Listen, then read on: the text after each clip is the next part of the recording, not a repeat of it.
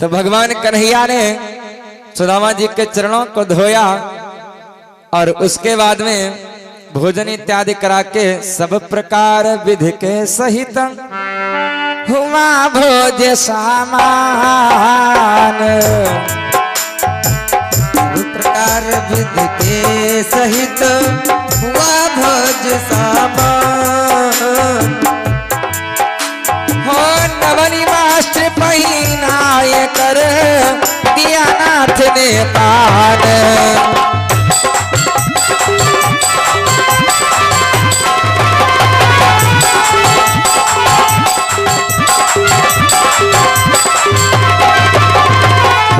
तो नई नई वस्त्रों को पहनाया और भैया फिर आसन लगाया और रुक्मणी मैया और भगवान कन्हैया दोनों लोग सुदामा जी के आचरण दाब रहे।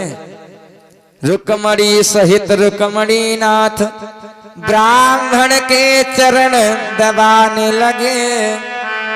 और धीरे धीरे जब सुदामा जी को आज नींद आने लगी, इधर भगवान कन्हैया ने भेजा विश्वकर्मा जी को और विश्वकर्मा को भेज करके कहने लगे जाओ और जिस प्रकार से हमारा ये महल बना है इसी प्रकार से महल जहाँ सुदामा जी का भी बनाओ जा करके। विश्वकर्मा जी महाराज आधी रात के समय में गए और सुशीला को जगाते हैं, देवी हमें भगवान ने भेजा है द्वारिकाधीश जी ने और तुम्हारा महल बनाने के लिए, घर बनाने के लिए। सुशीला ने जवाब दिया, हे महाराज अगर आपको घर बनाना है तो सबसे पहले हमारे जितने गांव के लोग हैं इनके सबके घर बनाओ, सबसे बाद में हमारा घर बनेगा। का आज कल भगवान आ जाए और कोई सुने कहा लगे कि हम तुम्हारे घर बनावे आए नहीं, तो का आदमी कहीं पहले पड़ोसी क्या बनाओ। हर आदमी यही कहेगा ऐसा करो महाराज पड़ोसी को गिराए दो वह हमारे नाम बनाए दो। लेकिन सुशीला ने विश्वकर्मा जी से कहा कि महाराज अगर आपको घर बनाना ही है तो सबसे पहले घर बनाओ इन पड़ोसियों के, गांव वालों के। सुदामा जी महाराज फिर आज विश्वकर्मा पहुंचे भगवान कन्हैया के पास। भगवान कन्हैया से कहने लगे, प्रभु सुशीला कह रही है कि पूरे गांव के घर बनाओ तब हमारा घर बनेगा। भगवान ने कहा जैसा वो कहती है वैसा करो। जैसे इधर द्वारिका बनी है तो उसी प्रकार से भगवान कन्हैया ने रात ही रात में सुदामा जी के गांव को भी बना दिया। इधर गांव के बाहर बोर्ड लगा था द्वारिकापुरी और इधर सुदामा जी के गांव के बाहर बोर्ड लगा सुदामापुरी। सुदामा जी के नाम से पूरा गांव ही भगवान ने बना दिया। भगवान ने विश्वकर्मा जी ने खूब धन दौलत कर दिया भाई, लक्ष्मी जी की कृपा हुई और रूप भी सबका बदल गया। इधर 2-3 दिन के बाद में जो सुदामा जी महाराज पुनः वापस अपने घर को जाने के लिए तैयार हुए, सुदामा कहने लगे भैया कि कर जोड़ सुदामा खड़े हुए, बोले भैया अब आज्ञा दो।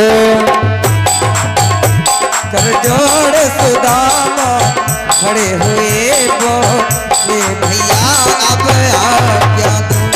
कर जोड़ सुदामा खड़े हुए बोले भैया अब आज्ञा दो। हो कर जोड़ सुदामा खड़े हुए, बोले भैया अब आज्ञा दो। जोड़ सुदामा खड़े हुए बोले भैया अब आज्ञा दो। हे विपदा हरण बुढ़ापे में, हे विपदा हरण बुढ़ापे में अब इस बूढ़े पर दया करो। विपदा हरण बुढ़ापे में बूढ़े पर अब दया करो।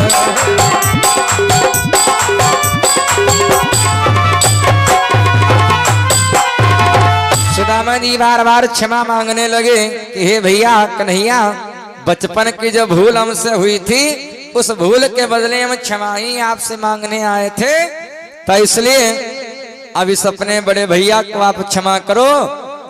तो भगवान कन्हैया ने कहा जाओ क्षमा तो किया, लेकिन आप जब हमारे घर में आए थे कुछ ना कुछ हमारी भाभी ने हमारे लिए भेजा जरूर होगा, लेकिन जो लाए हो अभी वो तो आपने दिया नहीं। सुदामा ने सोचा इसने दिया कुछ है नहीं, 3 मुट्ठी चावल लाए थे और हमको लगता है 3 मुट्ठी चावल भी ये ले लेगा।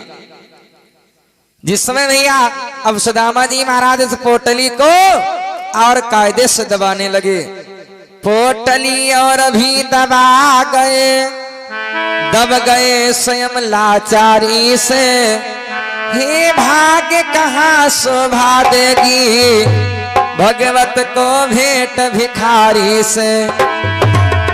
सुदामा जी कहने लगे भैया आप इतने बड़े राजा और कहा हम भाई आपके लायक हैं जो आपकी सेवा कर सकें। जिस समय भगवान कन्हैया ने अब झाड़ा लिया और चावल की पोटली गिरी, 3 मुट्ठी चावल निकले और भगवान कन्हैया चावल खाने लगे। तेंदुल का भोग लगावे लगावे श्री मोहन मदन मुरारी, तेंदुल का भोग लगावे लगावे श्री मोहन मदन मुरारी, तेंदुल का भोग लगावे लगावे श्री मोहन मदन मुरारी, श्री मोहन मदन मुरारी, श्री मोहन मदन मुरारी, श्री मोहन मदन मुरारी, श्री मोहन मदन मुरारी, तेंदुल का भोग लगावे श्री मोहन मदन मुरारी, तेंदुल का भोग लगावे श्री मोहन मदन मुरारी, तेंदुल का भोग लगावे श्री मोहन मदन मुरारी। पहली मुट्ठी प्रभु लीनी रुक्मणी बाह गई लीनी, पहली मुट्ठी प्रभु लीनी रुक्मणी बाह गई लीनी, अब छीन के खाई मुरारी बिहारी श्री मोहन मदन मुरारी, छीन के बिहारी बिहारी श्री मोहन मदन मुरारी, अब छीन के खाए बिहारी बिहारी श्री मोहन मदन मुरारी। धीरे धीरे भगवान कन्हैया ने 2 मुट्ठी चावल खाए और भैया रुक्मणी मैया तीसरी मुट्ठी पर कहने लगी, हे स्वामी कि 2 झोंकों में 2 लोक दिए, तीसरा लोक भी खोते हो, 2 झोंकों में 2 तीसरा लोक भी खोते हो, लोक में 2 लोक दिए, तीसरा लोक भी खोते हो, झोंकों में 2 लोक दिए, तीसरा लोक भी खोते हो, करते हो भूप भिखारी तो और स्वयं भिखारी बनते हो, भूप भिखारी तो और स्वयं भिखारी बनते हो।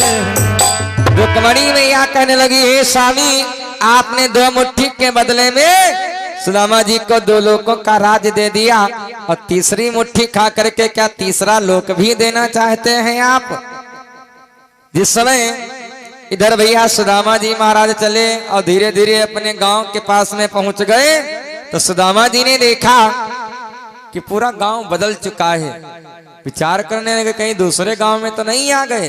गांव के बाहर लिखा सुदामापुरी। जब गांव में प्रवेश किया तो भैया जहां पर झोपड़ी बनी थी वहां पर बड़ा विशाल काय, बड़ा भारी काय का महल, और ऊपर से जब आज बच्चे और सभी आज सुशीला भैया जब आरती उतारने के लिए आई दरवाजे पर, सुदामा जी महाराज अपनी पत्नी को आज पहचान ही नहीं पाए। सुशीला से कह रहे, देवी तुम कौन हो? हमारी यहाँ पर झोपड़ी पड़ी थी, पता नहीं, हमको लगता है किसी राजा ने चढ़ाई करके हमारे घर वालों को, गांव वालों को भगा दिया है। सुशीला ने कहा स्वामी हम सुशीला हैं। सुदामा ने कहा ऐसा हो ही नहीं सकता है। फटी पुरानी मैली धोती को पहनने वाली और एक रानी की भांति खड़ी है। तो गांव वालों ने आकर के समझाया कि महाराज सुदामा जी ये सब भगवान कन्हैया की कृपा से हुआ है।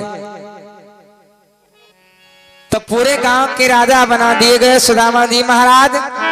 भैया जय जयकार होने लगी, बोले सुदामा जी महाराज की। तो कहने का भाव इस कथा से हमें आपको शिक्षा मिलती है कि गुरु से कपट मित्र से चोरी, गुरु से कपट मित्र से चोरी, क्या हो निर्धन या हो कोढ़ी। से कपट मित्र से चोरी, क्या हो निर्धन या हो कोढ़ी। गुरु से कपट मित्र से चोरी, या हो निर्धन या हो कोढ़ी। गुरु से कपट मित्र से चोरी, क्या हो निर्धन या हो कोढ़ी। कभी भी अपने गुरु से कपट नहीं करना चाहिए और भैया अपने मित्र से कभी चोरी नहीं करनी चाहिए। अगर सुदामा जी ने अपने मित्र से चोरी ना किया होता तो इतना बड़ा दुख सुदामा जी को नहीं उठाना पड़ता। बोलिए सतगुरुदेव भगवान की।